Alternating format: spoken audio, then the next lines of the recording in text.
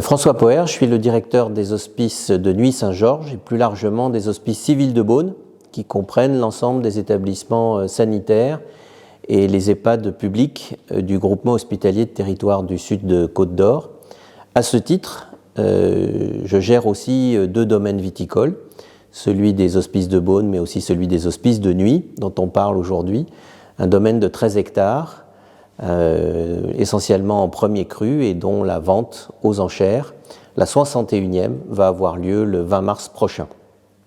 Alors cette vente a un objectif, c'est de recueillir des fonds qui vont entrer directement dans les investissements de cet établissement qui accueille en médecine et en EHPAD, mais aussi en soins de suite et réadaptation, essentiellement des patients et des résidents de notre territoire, ici à Nuits-Saint-Georges et des communes environnantes. C'est aussi simple que ça et on espère bien sûr que les acheteurs rendront hommage d'abord au travail de Jean-Marc Moron, notre régisseur, et de toute son équipe qui font des vins de très grande qualité, mais également que les enchères iront le plus haut possible de façon à soutenir l'investissement de cet établissement hospitalier. Enfin, pour nous, ce qui est important chaque année aussi, c'est de soutenir une cause. Et cette année, c'est celle du handicap, avec APF France Handicap. Et vous savez que la crise sanitaire a particulièrement isolé les personnes en situation de handicap. Elles le sont déjà dans la vie courante, mais encore plus.